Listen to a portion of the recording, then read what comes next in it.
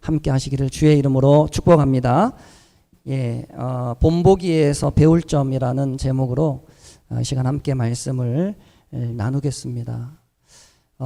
여러분, 고린도 전서 우리가 오늘 읽은 이 말씀을 기록한 저자는 누구냐면 사도 바울이라고 하는 사람입니다. 오늘 사도 바울은 고린도 교회 성도들에게 편지를 쓰면서 자신들의 조상인 이스라엘 백성들에 대해서 이야기를 하고 있습니다.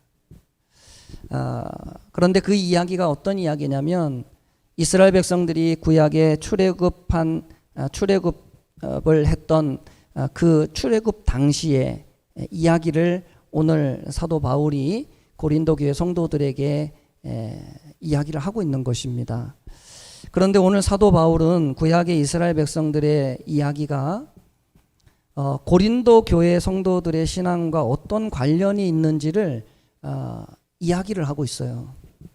한마디로 구약의 이스라엘 백성들이 출애굽을 해가지고 홍해 바다를 지나갔는데 그 홍해 바다를 지난 것이 그들이 그곳에서 홍해 바다에서 세례를 받은 것이라고 지금 말씀을 하고 있어요. 그리고 또 그들이 하늘로부터 내리는 신령한 음식을 먹었고 또 신령한 음식을 먹었는데 그것은 예수 그리스도의 몸과 또 피를 상징하는 그런 음식과 또 그런 음료였다라고 오늘 성경에서 사도 바울이 말씀하고 있습니다.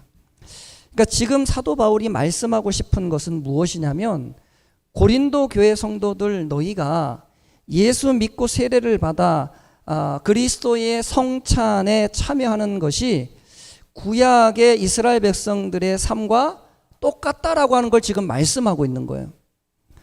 구약 시대에 출애굽한 이스라엘 백성들이 홍해바다에서 세례 받았고 그리고 또 그들이 그 광야를 지나며 떡과 또 물을 마신 것이 오늘날 우리가 예수 믿고 세례 받은 이후에 성찬에 참여하는 것과 똑같다는 이야기입니다. 자, 그런데 여러분, 여기서 오늘 말씀에서 중요한 말씀이 5절에 나오는 말씀입니다. 5절. 자, 5절 말씀을 우리 한번 같이 다시 한번 읽어보도록 하겠습니다. 5절입니다. 시작.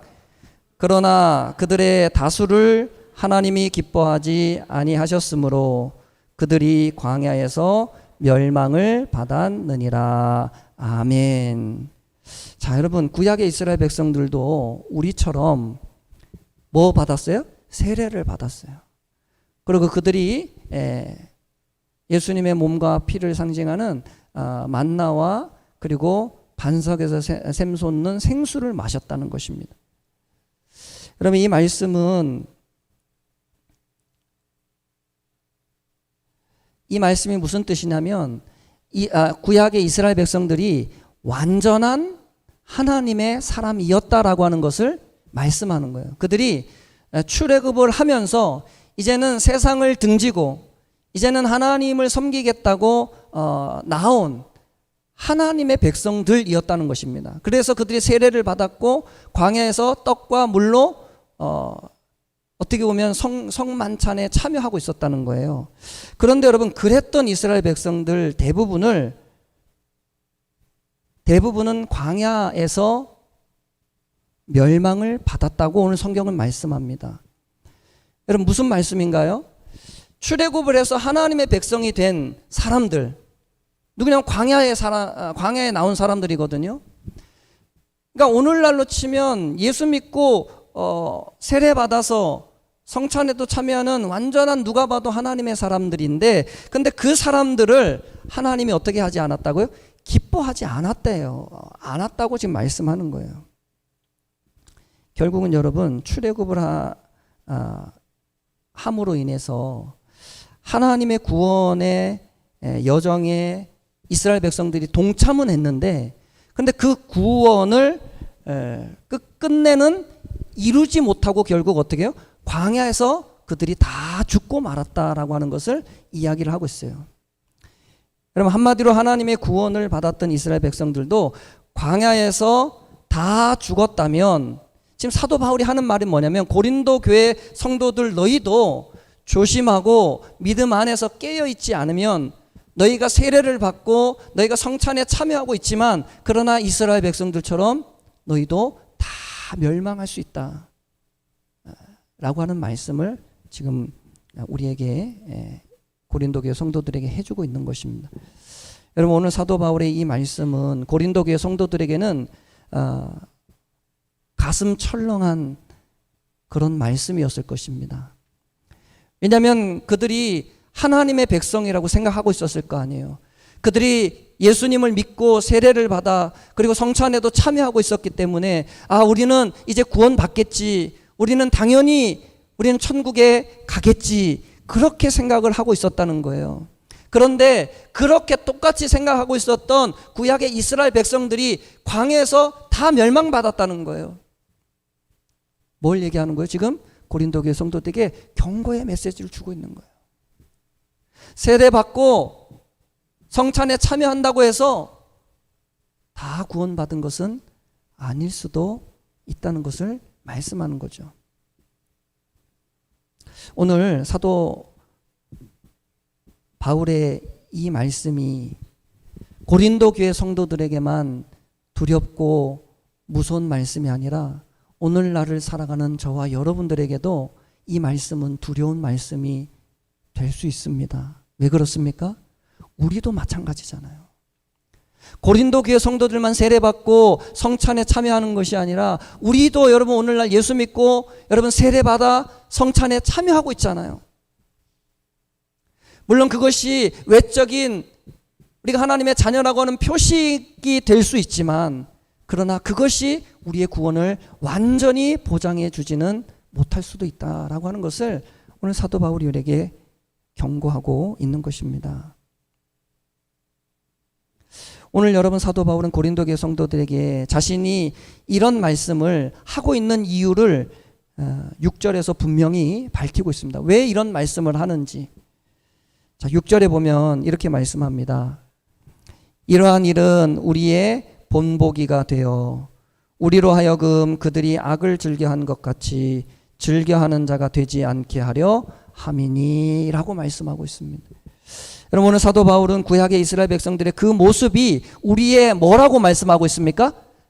본보기라고 말씀하고 있어요. 구약의 이스라엘 백성들의 그 삶이 우리 믿는 오늘날 예수 믿는 모든 사람들의 본보기다 라고 말씀하는 거예요. 이스라엘 백성들의 모습이 우리의 반면교사가 되어서 여러분 우리는 그 모습을 따라 살지 않도록 하기 위해서 오늘 말씀을 기록했다라고 말씀하는 것입니다.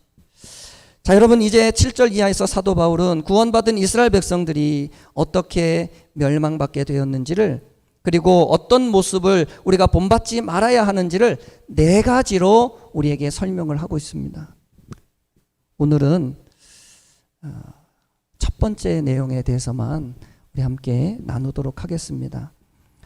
첫째로 오늘 사도 바울이 말씀하고 있는 이스라엘 백성들이 하나님으로부터 멸망받을 수밖에 없었던 첫 번째 이유, 그것은 바로 그들이 우상을 숭배하는 자가 되었다라고 하는 것입니다. 여러분 7절 말씀을 한번 우리 같이 한번 읽어보겠습니다. 7절입니다. 시작. 그들 가운데 어떤 사람들과 같이 너희는 우상 숭배하는 자가 되지 말라. 기록된 바 백성이 앉아서 먹고 마시며 일어나서 뛰논다 함과 같으니라. 아멘. 자, 여러분 오늘 사도 바울이 언급하고 있는 이 우상 숭배의 모습은 어떤 모습이냐면 이스라엘 백성들이 이제 시내산에서 광야를 지나면서 시내산에 도착해서 그곳에서 모세가 하나님의 계명을 받으러 올라간 사이에 밑에서 금송아지 우상을 만들어 놓고 거기서 그것을 막 숭배했던 사건을 이야기하고 있어요. 자, 그런데 이스라엘 백성들이 섬겼던 우상 숭배는요 좀 특이한 우상 숭배였습니다. 흔히 여러분 우상 숭배라고 하면 어떤 거죠? 하나님이 아닌 다른 어떤 대상을 이렇게 형체로 만들어 놓고 그것을 섬기는 게 뭐냐면 우상 숭배예요. 예를 들면 뭐 불상을 이렇게 만들어 놓고 불상 앞에서 절하고 섬긴다든지 뭐 그런 거 있잖아요.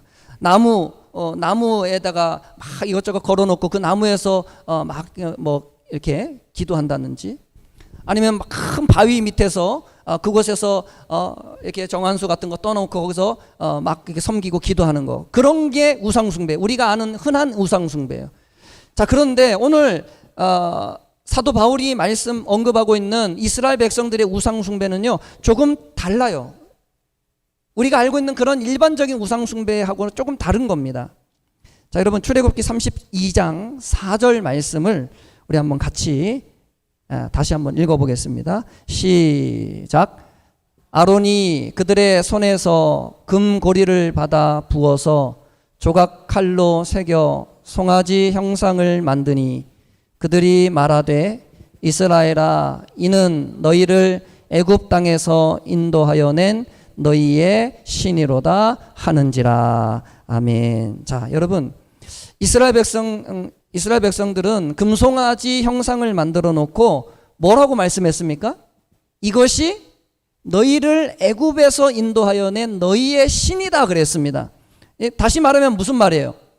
금송아지 형상을 만들어 놓고 이게 뭐라는 거예요? 이게 하나님이다 그러는 거예요.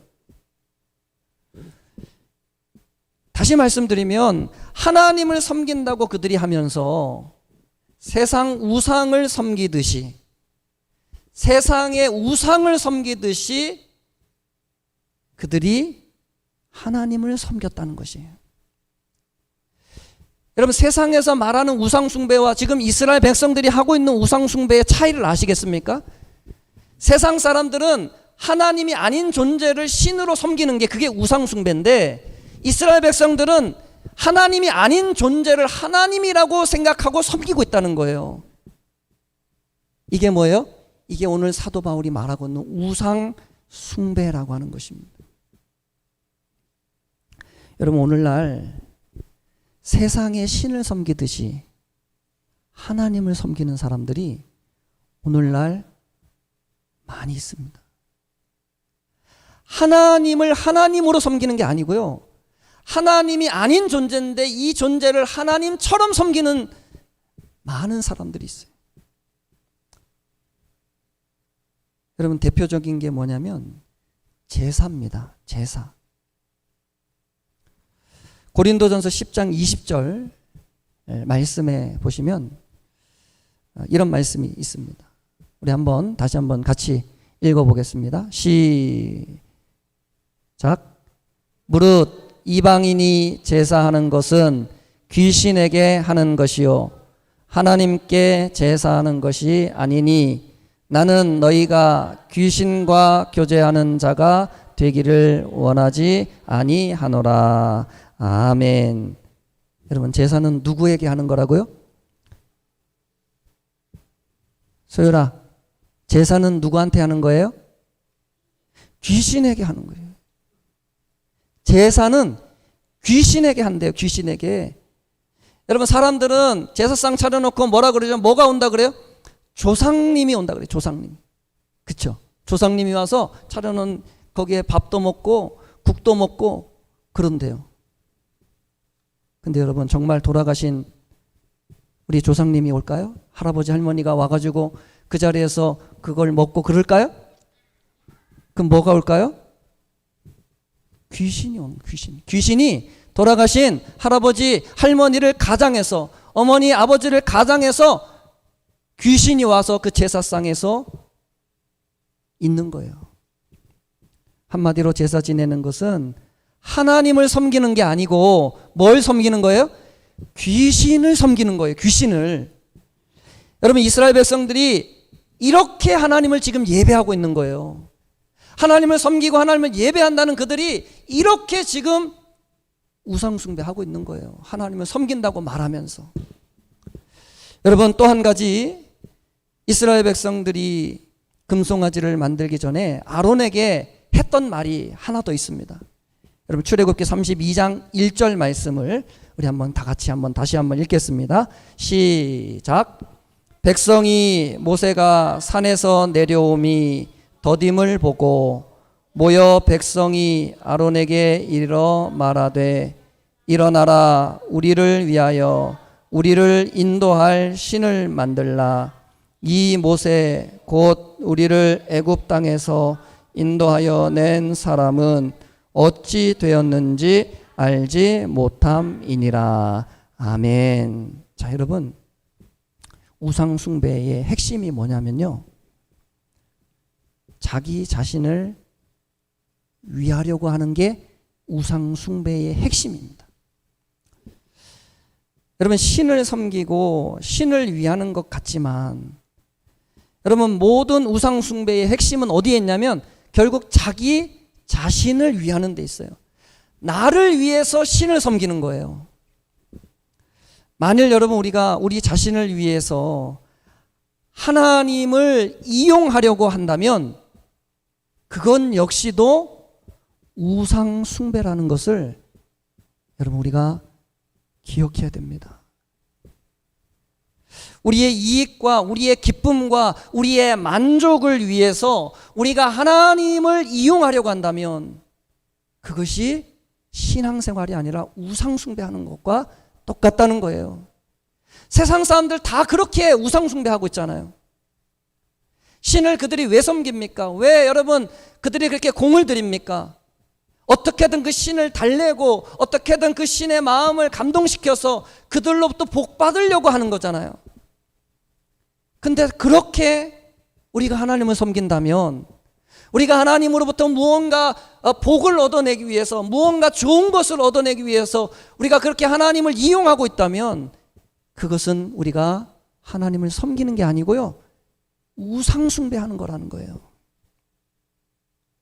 여러분, 우리 기독교의 복은요, 우리가 열심히 노력해서 받는 게 아니에요. 하나님이 주시는 복은요, 우리가 하나님을 잘 섬기면 하나님께서 알아서 우리의 삶에 복을 주시는 거예요. 그게 하나님의 복이에요. 세상이 바라보는 복과는 달라요.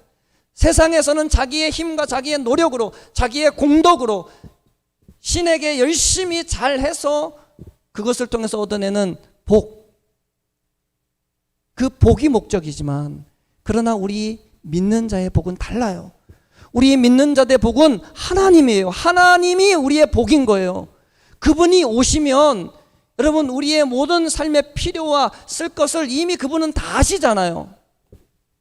하나님은 우리의 좋은 아버지시고 우리보다도 우리의 필요를 더 잘 아시는 분이시기 때문에 여러분, 하나님은 우리가 구하지 않은 것까지도 우리에게 그것이 꼭 필요한 것이라고 한다면 하나님 반드시 그것을 우리에게 허락하시고 채워주신다는 거예요. 그럼에도 불구하고 우리가 여전히 우리 자신을 위해 세상 사람들이 이방 우상을 어르고 달래서 자신들의 필요를 채우려고 하는 것처럼 그렇게 우리가 하나님을 섬기고 있다면 그것은 진정한 섬김이라고 말하기는 어렵다는 것입니다. 사랑하는 성도 여러분, 우리들에게는 우리들 나름대로의 기도 제목이 있어요. 그런데 대부분의 우리 기도 제목은 우리와 우리 가정과 우리 자신을 위한 기도의 제목일 때가 많습니다. 그런데 우리의 기도가 어떤 기도이든지 여러분, 최고의 기도는 아버지의 뜻이 하늘에서 이룬 것처럼 땅에서도 이루어지리다 라고 말씀하셨던 우리 예수님의 기도예요. 다시 말씀드리면 우리가 하나님께 똑같은 문제로 기도를 해도 어떻게 하면 그 문제가 우리의 유익이 아니라 하나님의 영광으로 이어질 수 있을까? 우리가 그것을 고민하고 그것을 구해야 한다라고 하는 말씀이에요. 당장의 나의 문제도 물론 중요하지만 이 문제를 통해서 우리가 어떻게 하나님께 영광을 돌릴까? 우리가 거기까지 고민할 수 있다면 우리의 삶의 모든 문제가 나의 문제가 아니라 하나님의 일이 될 수 있다는 것입니다. 여러분, 시내산 밑에서의 이스라엘 백성들의 그 금송아지를 섬기는 그 모습은 오늘날 우리들에게 하나님이 보여주시는 본보기입니다. 오늘 성경은 우리에게 분명히 말씀해요. 그들의 그 모습이 우리의 본보기다 그랬습니다. 무슨 말씀이에요? 그들의 그 모습 속에서 우리가 반드시 깨달아야 될 것이 있다는 거예요. 반드시 돌아봐야 될 나의 삶의 모습들이 있다는 거예요. 여러분, 이스라엘 백성들이 특별히 우리보다 믿음이 없거나 그들이 더 부족해서 그런 것이 아니라 그들의 모습은 하나하나가 다 우리의 샘플이라는 것입니다. 샘플. 오늘 여러분 말씀을 통해서 우리가 기억할 것은 우리도 얼마든지 이스라엘 백성들처럼 우상 숭배하는 자가 될 수 있다는 것입니다. 우리가 하나님을 섬기는 것 같지만, 하나님을 섬긴다고 하지만 오히려 그것이 하나님을 섬기는 게 아니라 우상 숭배가 될 수 있다는 거예요. 오늘 이스라엘 백성들의 모습을 보면서 그것을 깨달아야 된다는 것입니다. 세상 사람들이 우상 섬기듯이 자기의 유익을 위해서 그렇게 하나님을 이용하려고 해서는 안 된다는 것을 말씀하는 것입니다. 여러분, 우상 숭배라는 것이 꼭 다른 신을 섬기는 것뿐만 아니라 하나님을 우상을 섬기듯 섬기는 것, 그건 역시도 우상 숭배라는 것을 여러분 꼭 기억하십시오. 하나님을 섬기는 사람들에게 가장 필요한 것이 있다면 그것은 하나님을 향한 신뢰의 마음입니다. 우리가 하나님을 전심으로 섬기면 하나님께서 우리의 인생을 책임져 주실 것을 우리가 믿는 믿음이 여러분 우리에게 너무너무 필요하다는 거예요. 여러분, 이것을 절대로 잊지 마십시오. 하나님 앞에 우리가 우리 자신을 맡기면요, 그분은 절대로 우리의 인생을 포기하는 분이 아니십니다. 우리가 먼저 하나님의 나라와 하나님의 의를 구하며 살아가는 참된 예배자들이 되어진다면 우리가 하나님의 구원에서 결코 낙오하지 않는 우리 모두가 되게 될 줄로 믿습니다. 그렇게 여러분, 하나님을 우리의 삶의 최고의 가치로 여길 수 있는 저와 여러분들 되었으면 좋겠습니다. 그분을 최고로 올려드리십시오. 그분을 우리의 인생의 최고의 목적으로 삼으십시오.